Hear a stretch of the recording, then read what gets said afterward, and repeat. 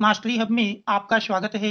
बच्चों, आज हम यूपी बोर्ड एग्जाम 2024 में संपन्न हुए गणित विषय के प्रश्न पत्र संकेतांक 324 FA के प्रश्न संख्या 7 से लेकर आगे तक के प्रश्नों को हल करेंगे।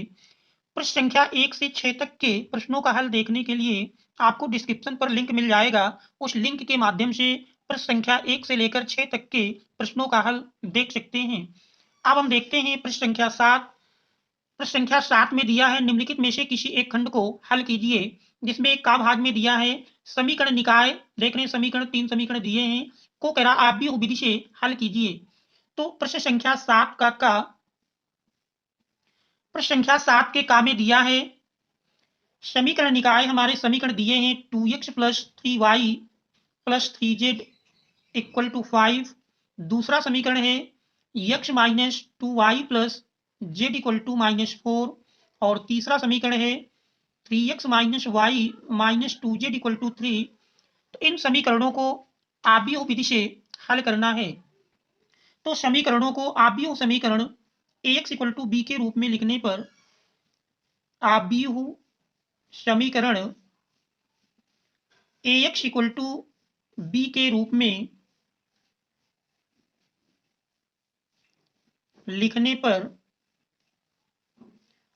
ए हमारा बनता है, तीनों समीकरणों में क्रमशः x, y, z के गुणांकों से बना आव्यूह। पहले समीकरण में देख रहे हैं 2, 3, 3 और दूसरे में 1, -2, 1 और तीसरे समीकरण में हमारा 3, -1, -2 और x में चर पद हमारी x, y, z मिल जाते हैं।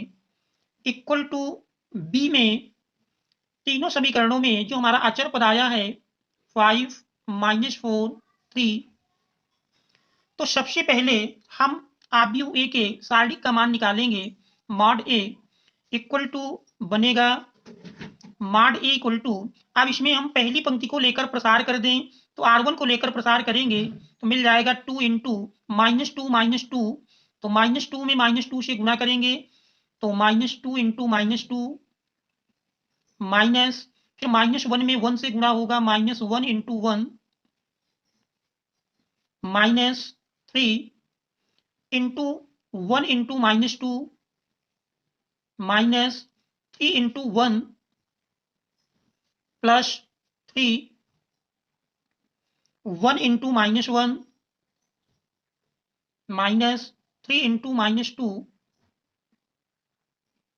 अब इसको हम सरल करेंगे तो 2 × -2 गुणा कर लेंगे 4 मिल जाएगा, फिर माइनस माइनस का गुणा प्लस हुआ, 1 1 का गुणनफल 1 आ जाएगा, -3 और 1 और -2 का गुणा करेंगे तो -2 -3 + 3, 1 और -1 का गुणनफल -1, माइनस माइनस प्लस हो गया, 3 दूनी 6। सरल करेंगे, सरल करने पर 2 × 4 + 1 5 हो जाता है, -3 गुणे -2 -3 मिलकर के -5 + 3 गुणे 6 से 1 घटाएं 5। सरल करते हैं तो 2 पंचे 10, माइनस माइनस प्लस हुआ, 5 तेई 15 प्लस 5 तेई 15। इस प्रकार से 15 + 15 + 10, 15 दूनी 30 और 30 10 40। तो मॉड ए हमारा 40 मिलता है।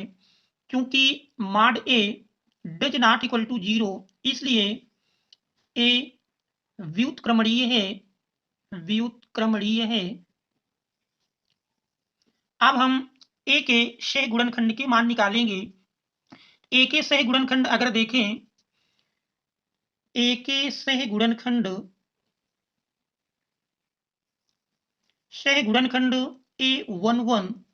A11 हमारा मिलेगा, पहला जानते हैं प्लस चिन्ह से मिलता है, तो प्लस चिन्ह के संगत हमारा मिल जाएगा।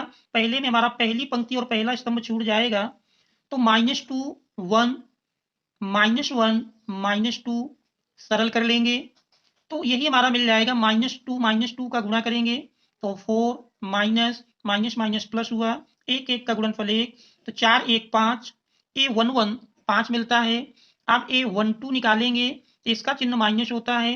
अब इसमें हमारी ये दूसरा स्तंभ छूट जाएगा और पहली पंक्ति छूटेगी, इससे हमारा 1 3 1 3 1 -2 सरल करेंगे तो ये मान हमारा मिल जाएगा -1 और -2 का गुणा करेंगे तो -2, -3 और 1 का गुणनफल, तो माइनस माइनस जुड़ जाएगा तो -2, -3, -5 और माइनस से गुणा है तो +5। अब A13 का मान निकालें तो चिन्ह इसका हमारा प्लस के साथ मिलेगा और इसके संगत हमारा ये तीसरा स्तंभ छूट जाएगा तो 13 -2 -1 सरल करेंगे। सरल करने पर 1 और -1 का गुणा करेंगे -1 माइनस, फिर 3 और -2 का गुणा, 3 दूनी 6, -6 माइनस माइनस प्लस हो जाता है, 6 से 1 घटाएंगे 5।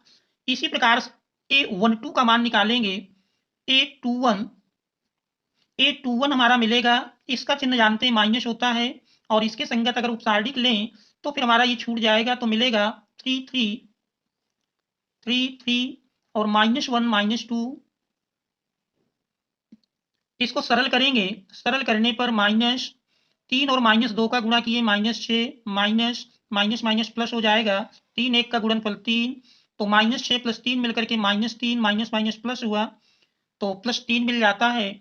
इसके बाद A22 इसका चिन्ह हमारा प्लस होगा और इसके संगत अगर उपसारणिक लिखें तो उपसारणिक में 2 3 2 3 और 3 -2 सरल कर लेंगे तो सरल करने पर अगर देखें तो 2 और -2 का गुणा -4 माइनस 3 त्रिक 9 तो -4 -9 मिलकर के -13। अब A23 का चिन्ह माइनस मिलेगा और A23 के संगत अगर देखें तो A23 में हमारा मिल जाएगा इसके संगत उपसारणिक 2 3 2 3 3 -1 सरल करेंगे माइनस, सरल करने पर 2 और -1 का गुणा किए -2 माइनस 3 त्रिक 9 तो 9 2 11 माइनस से गुणा हुआ तो माइनस माइनस प्लस हो गया तो 9 2 11। इस प्रकार से अब हम A31 का मान निकालेंगे तो A31 अगर देखें A31 इक्वल टू चिन्ह इसका हमारा प्लस मिलेगा, इसके उपसंगत अगर इसके संगत हम उपसारणिक देखें तो A31 के संगत हमारे उपसारणिक बनेगा 3 3 3 3 -2 1 सरल कर लेंगे, सरल करने पर इसका मान मिल जाएगा 3 और 1 का गुणनफल 3 माइनस माइनस प्लस हो जाएगा 3 दूनी 6 6 3 9 A32 इक्वल टू चिन्ह माइनस मिला, A32 के संगत देखेंगे तो फिर इसका हमारा उपसारणिक मिलेगा 2 3 और 1 1 सरल करेंगे -2 और 1 का गुणनफल 2 -1 और 3 का गुणनफल 3 तो 2 -3 -1 माइनस से गुणा हुआ तो ये हमारा +1 मिल जाएगा। इसके बाद A33 चिन्ह इसका प्लस मिलेगा, इसके संगत उपसारणिक लिखेंगे तो 2 3 1 -2 सरल कर लें, सरल करने पर 2 और -2 का गुणा करेंगे -4 -3 और 1 का गुणनफल 3 -4 -3 मिल करके -7। अब हम ए के सहगुणनखंडों से निर्मित आव्यूह बनाएंगे, ए के सहगुणनखंड से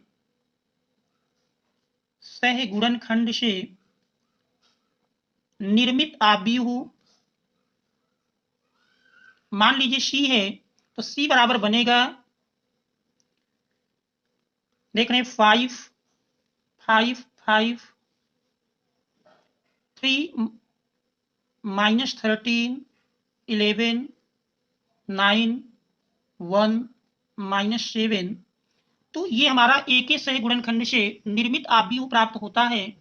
अब हम एडजॉइंट ए निकालेंगे, एडजॉइंट ए बराबर होता है adjoint A equal to C dash, तो ए के सहगुणनखंड से निर्मित आव्यूह का हम परिवर्त आव्यूह लिखेंगे वो हमारा एडजॉइंट ए मिलेगा तो 5 5 5 3 -13 11 9 1 -7।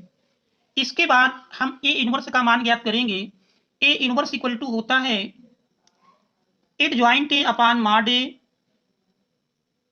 Adjoint A upon mod A, मान रख देंगे, मॉड ए हमारा 40 मिला है तो 1/40 इंटू एडजॉइंट ए का मान 5 3 9 5 माइनस 13 1 5 11 माइनस 7, तो ये हमारा ए इनवर्स मिल जाता है।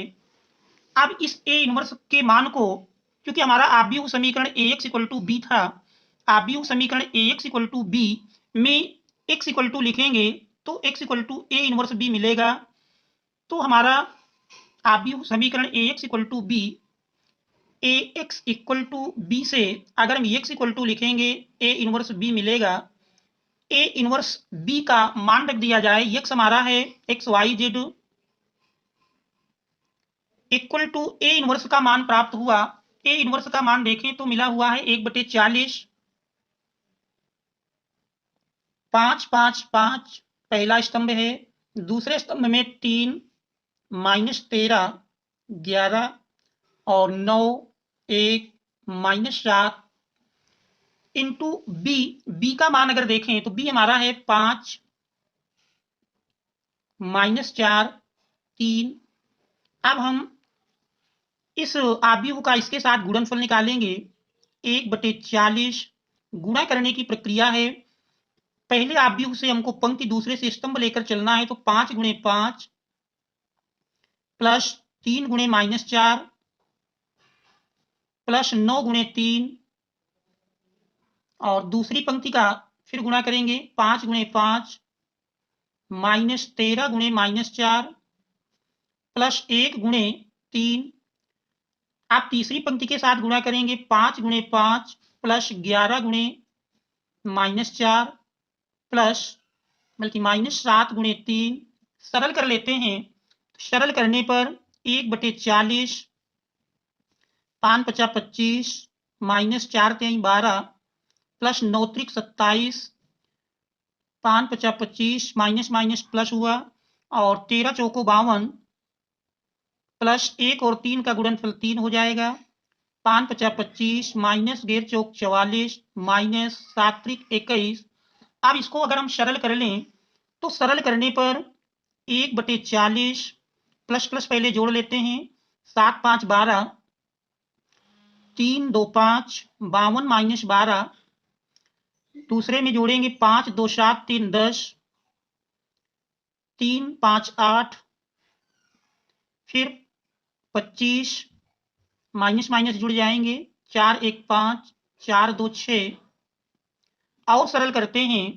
1/40 52 से 12 घटाएंगे 40 मिल जाएगा, दूसरा 80 है, 25 माइनस 65 ये हमारा मिल जाएगा 0। 6 से 2 घटा 4, इस प्रकार से 40 से भाग देंगे तो 40 एकम 40 दुनाई 80। इस प्रकार से दोनों ओर से अगर हम तुलना कर लें तो तुलना करने पर देख रहे हैं जो तुलना करने पर मान मिल जाएगा, दोनों ओर से तुलना करने पर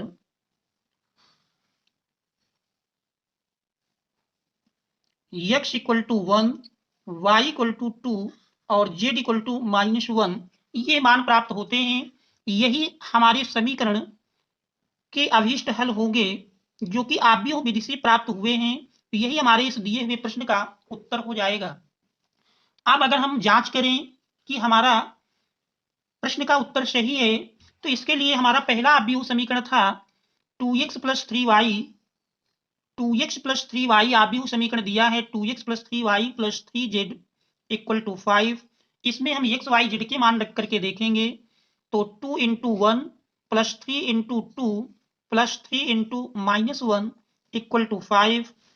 तो 2 × 1 2 + 3 × 2 6 प्लस माइनस माइनस 3 और 1 हमारा 3 मिल जाएगा। तो इस प्रकार से देखें 6 + 2 8 - 3 = 5 5 = 5 दोनों साइड बराबर मिल जाती है, तो इसका मतलब हमारा उत्तर सही है। उत्तर की जांच हो जाती है। अब हम देखते हैं अगला प्रश्न। हमारा अगला प्रश्न दिया है, अगले प्रश्न में कह रहा है 7 का ख नंबर, यदि a बराबर 1 0 0 फिर 0 cos alpha sin alpha 0 sin alpha minus cos alpha तो एडजॉइंट ए और ए इनवर्स ज्ञात कीजिए। इसमें हमको ए इनवर्स और एडजॉइंट ए इन दोनों मानों को ज्ञात करना है। जैसे इस आव्यूह समीकरण में हमने पहले एडजॉइंट ए निकाला फिर ए इनवर्स निकाला, तो सेम प्रक्रिया इसमें भी करनी है। तो हम देखते हैं इसको, प्रश्न संख्या 7 का खा, 7 के खा में दिया है, प्रश्न संख्या 7 का खा, आप भी ए बराबर है 1 0 0 0 काश alpha sine alpha 0 sine alpha minus cos alpha. सबसे पहले हम आबीयू के सारणिक का मान निकालेंगे, mod A equal to R1 को लेकर प्रसार कर देंगे, R1 को लेकर प्रसार करने पर तो ये हमारा मिल जाएगा 1 into cos alpha into minus cos alpha मिल करके minus cos square alpha minus sine alpha into sine alpha sine square alpha. तो माइनस कॉमन कर लिया जाए तो cos square alpha plus sine square alpha plus sine square alpha, जिसका मान 1 होता है। तो इस प्रकार से मॉड ए -1 मिलता है। चूंकि mod A does not equal to 0, इसलिए ए व्युत्क्रमणीय है। अब हम ए के सह गुणनखंड निकालेंगे। ए के सह गुणनखंड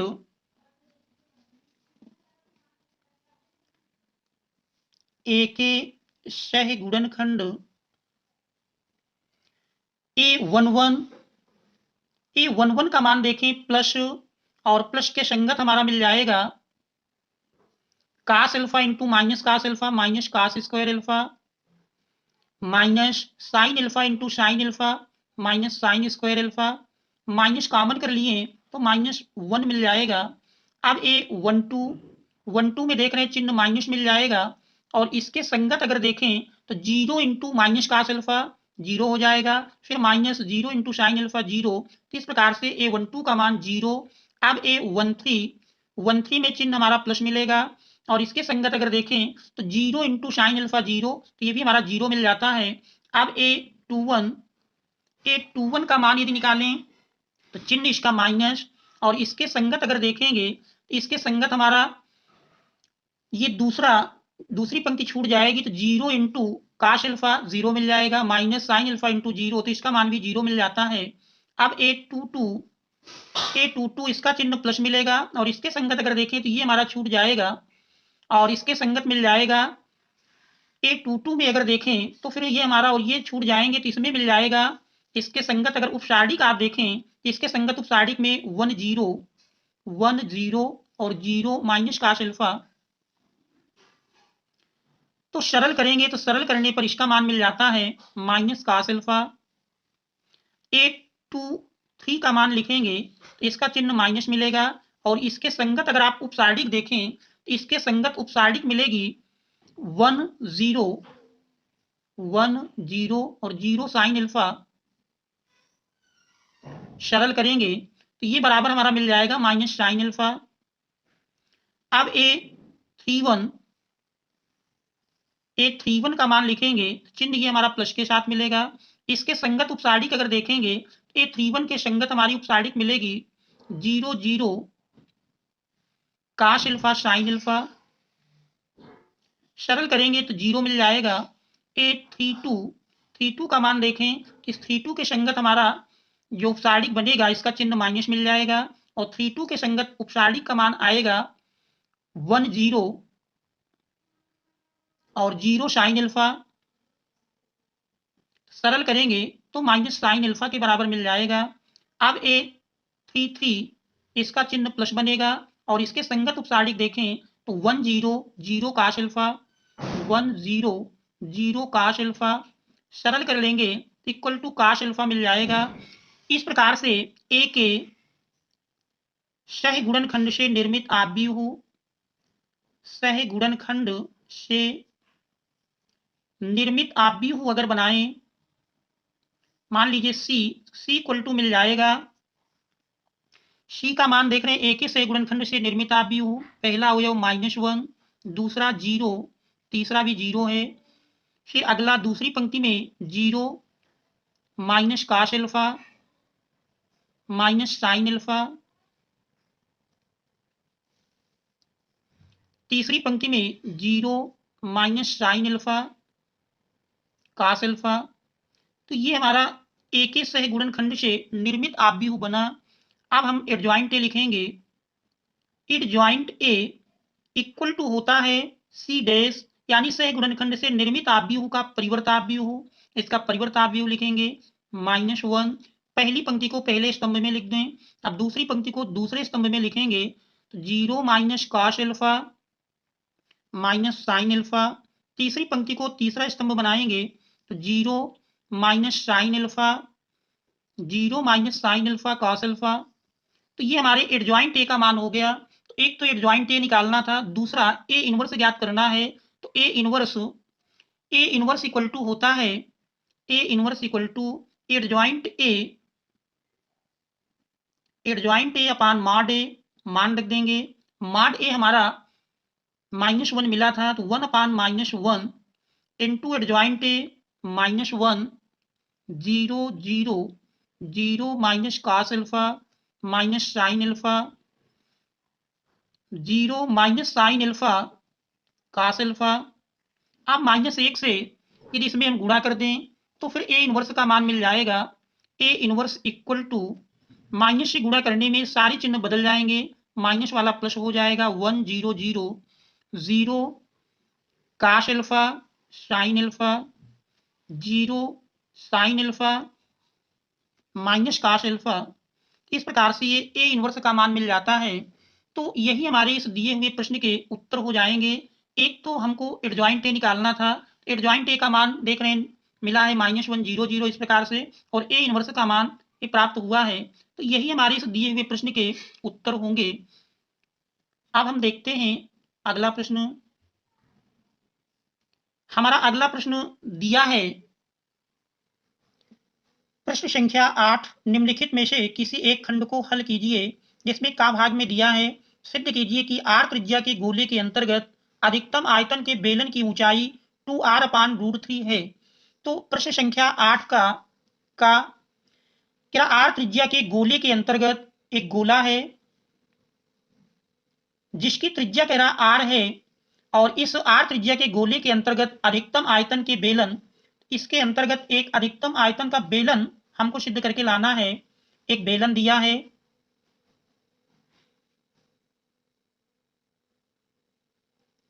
गोले का केंद्र मान लेते हैं ये O बिंदु है, और ये इसका व्यास हो जाएगा। क्योंकि त्रिज्या r दी है तो इसका व्यास 2r मिल जाएगा। और यदि बेलन की त्रिज्या को स्मॉल r के रूप में माने तो फिर इसका व्यास 2r मिल जाएगा। नाम इसका दे देते हैं A B C D O केंद्र है, और बेलन की ऊंचाई मान लेते हैं यक्ष है।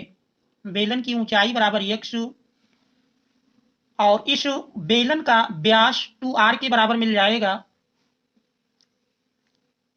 सिद्ध कीजिए r त्रिज्या के गोले के अंतर्गत अधिकतम आयतन के बेलन की ऊंचाई 2r अपान √3 है।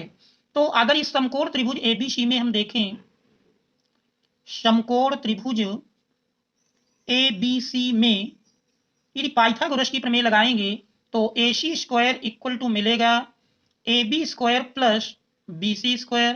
मान रख देते हैं AC 2r है, 2r का स्क्वायर, AB 2r का स्क्वायर प्लस BC हमने x माना है तो x², 4r² equal to 4 small r² plus x²। इससे हम बेलन की त्रिज्या का मान निकाल लेते हैं तो 4r² minus x² upon 4 equal to r² मिल जाएगा। अब हम बेलन के आयतन का सूत्र लगाएंगे, क्योंकि बेलन का आयतन हमको अधिकतम सिद्ध करना है। तो बेलन का आयतन V equal to pi r² h, इसमें हम r² का मान रख देंगे। पाई r देख रहे हैं r² मिला है 1/4 into 4r² minus x² into बेलन की ऊंचाई हमने x माना है, तो इस प्रकार से पाई/4 इंटू x का अंदर गुणा कर देते हैं तो 4r² x माइनस x³। अब हम x के सापेक्ष अवकलन कर लेंगे, तो x के सापेक्ष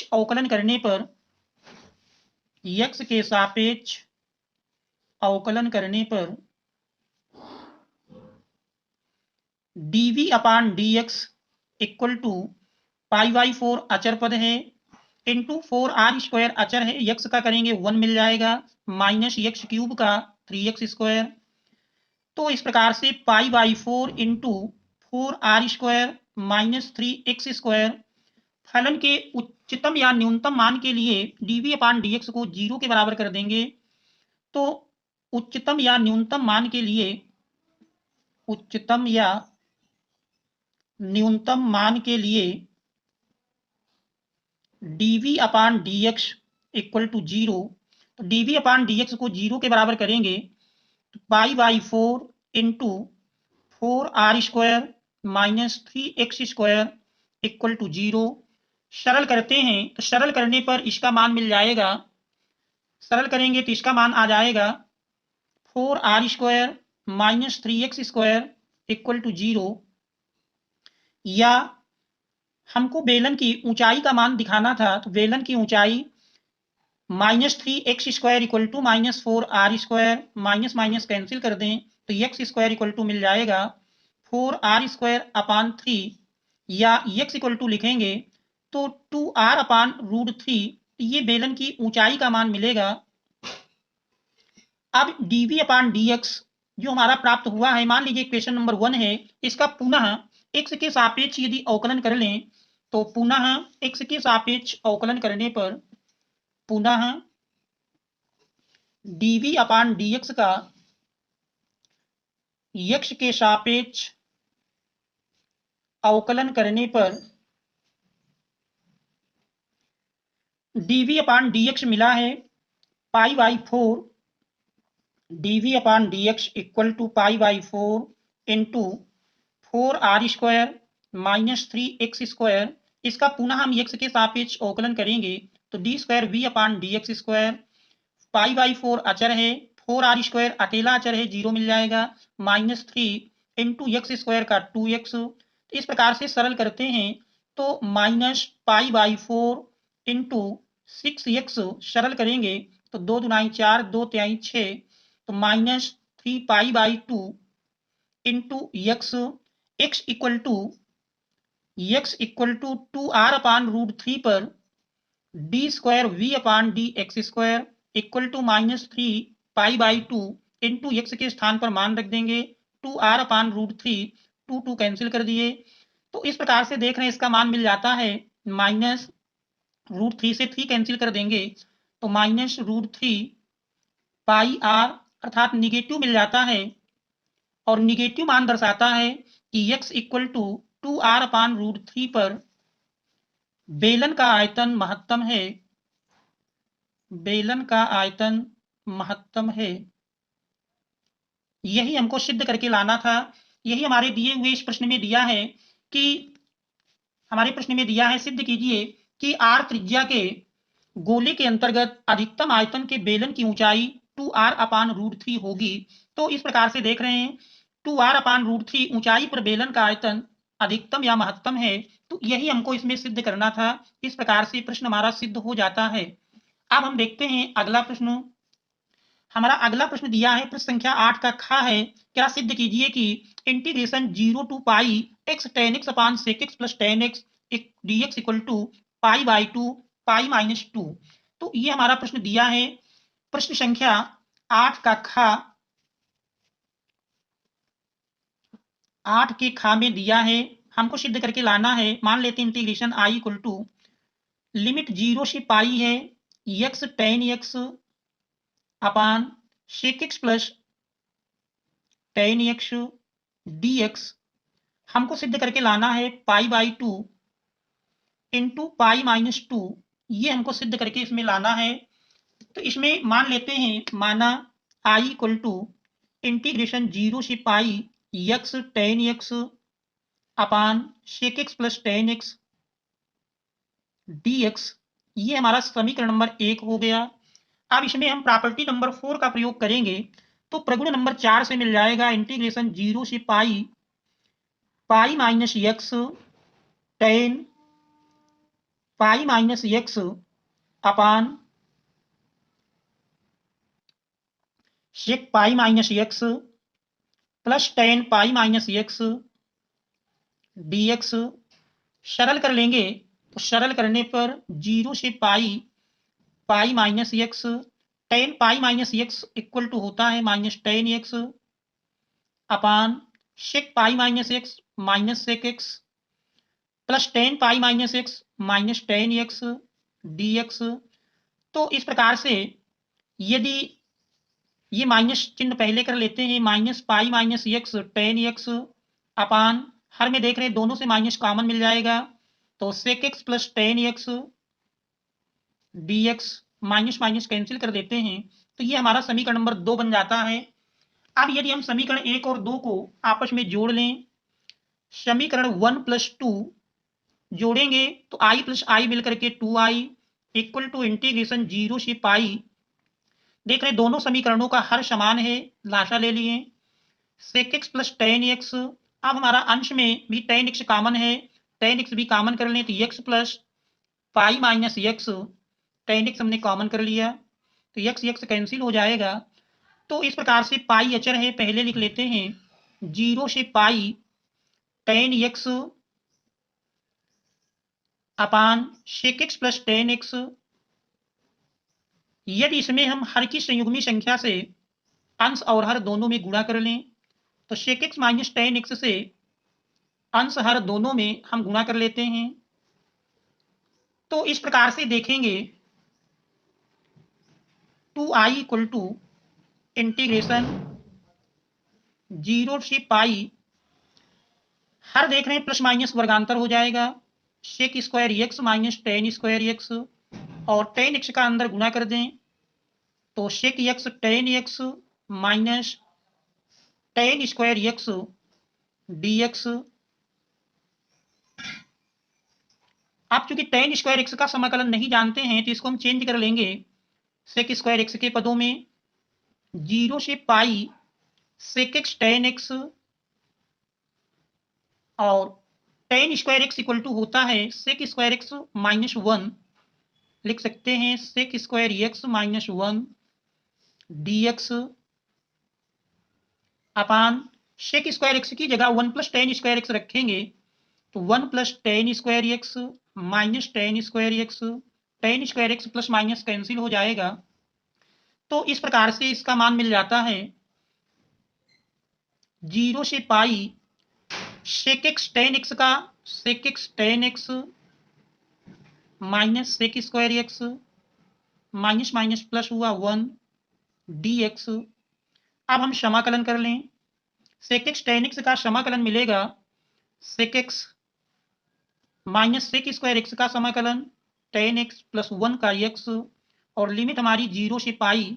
तो यदि इसमें हम लिमिट अप्लाई कर दें तो पाई इंटू पहले अपर लिमिट का प्रयोग होगा sec pi minus 10 pi plus pi minus, अब लोअर लिमिट लगाएंगे सेक 0 माइनस 10 0 प्लस 0। अब इसको हम सरल कर लेंगे तो सरल करने पर देखते हैं सेक पाई का मान रखेंगे सेक पाई माइनस 1 10 पाई 0 प्लस पाई माइनस सेक 0 का मान 1 10 0 0 प्लस 0। इस प्रकार से सरल करते हैं pi minus 1 plus pi minus 1। तो इस प्रकार से पाई इंटू पाई माइनस 2, ये हमारा 2i इक्वल टू है, i इक्वल टू लिखेंगे तो i इक्वल टू मिल जाएगा pi by 2 into pi minus 2, यही हमको सिद्ध करके लाना था। i इक्वल टू देख रहे हैं पाई बाई 2 पाई माइनस 2, यही हमको सिद्ध करना था। तो इस प्रकार से ये प्रश्न हमारा सिद्ध हो जाता है। अब हम देखते हैं अगला प्रश्न। हमारा अगला प्रश्न दिया प्रश्न संख्या 9 है, निम्नलिखित में से किसी एक खंड को हल कीजिए। इस पे का नंबर दिया integration sec square 2x upon cot x minus 10x का होल स्क्वायर dx का मान ज्ञात कीजिए। तो प्रश्न संख्या 9 का मान लेते हैं i equal to integration sec square 2x upon cot x minus 10x का whole square dx। Cot x को यदि हम 10x में बदल लें तो यही हमारा मिल जाएगा सेक स्क्वायर 2x dx अपान काट x 1 अपान टेन एक्स लिखेंगे, तो 1 upon tan X minus tan X का होल स्क्वायर। लाशा लेकर यदि सरल करें तो मिल जाएगा सेक स्क्वायर 2x dx अपान लाशा लेंगे टेन एक्स मिल जाएगा, तो 1 माइनस टेन स्क्वायर एक्स। और यदि इसको हम गुणा के रूप में लिखें तो फिर यही हमारा मिल जाएगा tan x upon 1 minus tan square x into sec square 2x dx whole square. अब इसमें देखें यदि इसके साथ 2 और हो जाए तो 2 ten x upon 1 minus tan square x हमारा टेन 2x का सूत्र बन जाएगा। तो इस प्रकार से अंश में 4 से गुणा करेंगे तो फिर ब्रैकेट के अंदर हमारा 2 के रूप में जाएगा और 4 से भाग दे देते हैं। तो इस प्रकार से ये प्रश्न हमारा बन गया 1/4 integration 2 ten x upon 1 minus tan square x की जगह हम लिख सकते हैं टेन 2x स्क्वायर है तो tan square 2x into sec square 2x dx। यदि हम टेन 2x बराबर t मान लें, ten 2x equal to t अवकलन करेंगे sec square 2x into 2 dx equal to dt या sec square 2x dx sec square 2x dx equal to लिखेंगे तो 1/2 dt। तो इस प्रकार से हमारा प्रश्न बन जाता है i इक्वल टू मिल जाएगा 1/4 इंटू dx की जगह 1/2 dt। अब मान रख देते हैं टेन 2x को हमने t माना था तो ये बन जाएगा टी स्क्वायर। अब इसका हम समाकलन कर लें 1/8 टी स्क्वायर का समाकलन टी क्यूब अपान 3 प्लस कांस्टेंट c टी का मान रख देंगे तो 1/8 × 24 टी हमने माना था टेन 2x तो इस प्रकार से टेन घात 3 लगी है तो टेन की power 3 2x plus constant c। तो ये हमारे इस दिए हुए प्रश्न का उत्तर हो जाएगा। अब हम देखते हैं अगला प्रश्न। हमारा अगला प्रश्न दिया है, अगले प्रश्न में कह रहा है, अगले प्रश्न में कह रहा दीर्घ वृत्त x square upon A square plus y square upon B square equal to 1 से घिरे क्षेत्र का क्षेत्रफल ज्ञात कीजिए। तो प्रश्न संख्या 9 का खा जिसका पहला भाग दिया है, प्रश्न संख्या 9 के खा का पहला भाग है दीर्घ वृत्त से घिरे क्षेत्र का क्षेत्रफल ज्ञात करना है। दीर्घ वृत्त, तो दीर्घ वृत्त का यदि हम आलेख खींचें तो ये आलेख इस प्रकार से बन जाएगा। दीर्घ वृत्त का समीकरण दिया है x square upon A square plus y square upon B square equal to 1। तो इसके अनुसार अगर देखें तो a0 माइनस a0 0 b और 0 माइनस b इसका केंद्र 0 0 मान लीजिए बिंदु C है, a डैश b डैश। तो इस दीर्घ वृत्त से घिरे क्षेत्र का क्षेत्रफल हमको निकालना है। तो इसमें हम एक भाग यानी चतुर्थांश के पहले चतुर्थांश में स्थित भाग के क्षेत्रफल को निकाल करके उसका हम 4 गुना कर देंगे तो फिर पूरे दीर्घवृत्त से घिरे क्षेत्र का क्षेत्रफल निकल आएगा। तो दीर्घवृत्त के समीकरण से यदि हम y का मान निकाल लें तो Y square upon B square equal to मिल जाएगा 1 माइनस एक्स स्क्वायर अपान ए स्क्वायर। सरल कर लेंगे ए स्क्वायर लासा लिए तो A square minus x square या वाई स्क्वायर इक्वल टू बी स्क्वायर अपान ए स्क्वायर इंटू ए स्क्वायर माइनस एक्स स्क्वायर या वाई इक्वल टू लिखेंगे तो प्लस माइनस बी अपान ए अंडर रूट ए स्क्वायर माइनस एक्स स्क्वायर। क्योंकि देख रहे हैं छायांकित भाग हमारा पहले चतुर्थांश में स्थित है तो पहले चतुर्थांश में y का मान पॉजिटिव होता है इसलिए केवल प्लस चिन्ह ले लेंगे तो y equal to b upon A under root A square minus x square. अब हम छायांकित भाग का पहले क्षेत्रफल निकाल लेंगे। छायांकित भाग का क्षेत्रफल, छायांकित भाग का क्षेत्रफल ए मान लेते हैं, ए इक्वल टू मिलेगा लिमिट इसकी बन जाएगी 0 से a y dx, y का मान रख देंगे 0 से a y हमारा मिला है b अपान ए अंडर रूट ए square minus x square dx।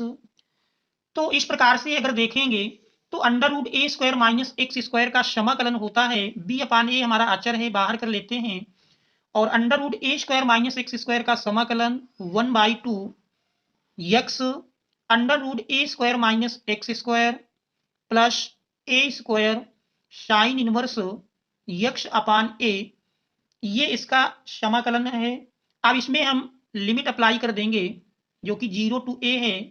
तो इस प्रकार से b अपान 2a, पहले अपर लिमिट अप्लाई करेंगे, यक्स के स्थान पर a रखेंगे तो a into under root A square minus A square plus A square sine inverse a upon a minus, अब लोअर लिमिट अप्लाई करेंगे, x के स्थान पर 0 रख देंगे तो 0 into under root A square minus A square plus A square sine inverse 0 upon a, सरल करते हैं तो b upon 2a into A under root A square minus A square cut करके 0 मिल जाएगा प्लस ए square into sine inverse 1, sine में जानते हैं 1 π/4 का मान होता है, π/4 माइनस, फिर अगला पद ये हमारा ए स्क्वायर माइनस ए स्क्वायर कट करके 0 मिल जाएगा माइनस ए स्क्वायर साइन इनवर्स 0 0 होता है।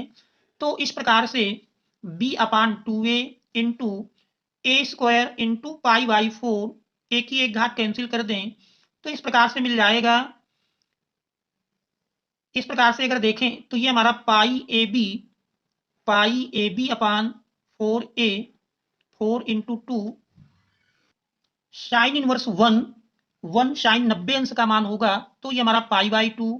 तो इस प्रकार से सरल करते हैं तो सरल करने पर इसका जो मान प्राप्त हुआ, एक ही एक घात कैंसिल कर दिए तो π/ab अपान 4। इस प्रकार से दीर्घ वृत्त का क्षेत्रफल, दीर्घ वृत्त के द्वारा घिरे क्षेत्र का क्षेत्रफल बराबर मिलेगा, इसलिए दीर्घ वृत्त से घिरे क्षेत्र का क्षेत्रफल बराबर 4 इंटू 4 से गुणा कर लेंगे तो π/ab अपान 4 कैंसिल कर देंगे तो π/ab वर्ग इकाई। तो ये दीर्घ वृत्त से घिरे भाग का क्षेत्रफल मिल जाएगा। तो यही हमारे इस दिए हुए प्रश्न का उत्तर हो जाएगा। अब हम देखते हैं अगला प्रश्न। हमारा अगला प्रश्न दिया है, अगले प्रश्न में कह रहा है कि 9 का खा का सेकंड पार्ट है, प्रश्न संख्या 9 के खा का सेकंड पार्ट में दिया है, कह रहा है यदि y equal to 500 into E की power 7x plus 600 into E की पावर माइनस 7x, तो हमको दिखाना है, सिद्ध करके लाना है d square y upon d x square equal to 49y, ये हमको सिद्ध करके लाना है। तो इसको हम मान लेते हैं पहला समीकरण। समीकरण 1 का x के सापेक्ष अवकलन करने पर, समीकरण 1 का x के सापेक्ष अवकलन करने पर, अवकलन करेंगे तो dy बाई डी एक्स 500 अचर पद है इंटू ई की पावर 7x का करेंगे तो ई की पावर 7x इंटू 7x का 7 मिल जाएगा प्लस 600 अचर पद है, ई की पावर माइनस 7x का ई की power minus 7x into minus 7x का करेंगे माइनस 7। तो इस प्रकार से दोनों से 7 कॉमन कर लिया जाए तो 500 इंटू ई की power 7x plus minus minus 600 into E की पावर माइनस 7x। इसका पुनः एक बार x के सापेक्ष अवकलन कर लें, पुनः x के सापेक्ष अवकलन करने पर मिल जाएगा d square y upon d x square equal to 7। 500 देख रहे हैं अचर पद है, ई की घात 7x का ई की घात 7x इंटू 7x का 7 मिल जाएगा माइनस 600 अचर है, ई की घात माइनस 7x का करेंगे तो माइनस 7।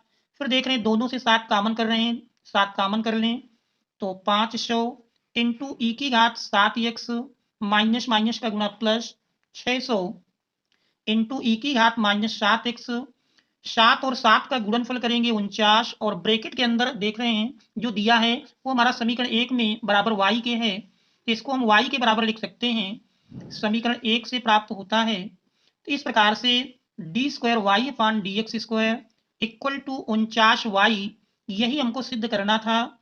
इस प्रकार से प्रश्न सिद्ध हो जाता है। तो बच्चों, यदि अभी तक आपने चैनल को सब्सक्राइब नहीं किया है तो चैनल को सब्सक्राइब कीजिए, वीडियो को लाइक कीजिए, ताकि आगे आने वाले सभी संकेतांकों का हल नोटिफिकेशन के माध्यम से आप तक प्राप्त हो सके और सभी हल को देख सकें। और इस सेट के प्रश्न संख्या 1 से लेकर के 6 तक के हलों को देखने के लिए डिस्क्रिप्शन पर लिंक मिल जाएगा और उस लिंक के माध्यम से आप प्रश्न संख्या 1 से लेकर 6 तक का हल देख सकते हैं। Thanks all of you for watching.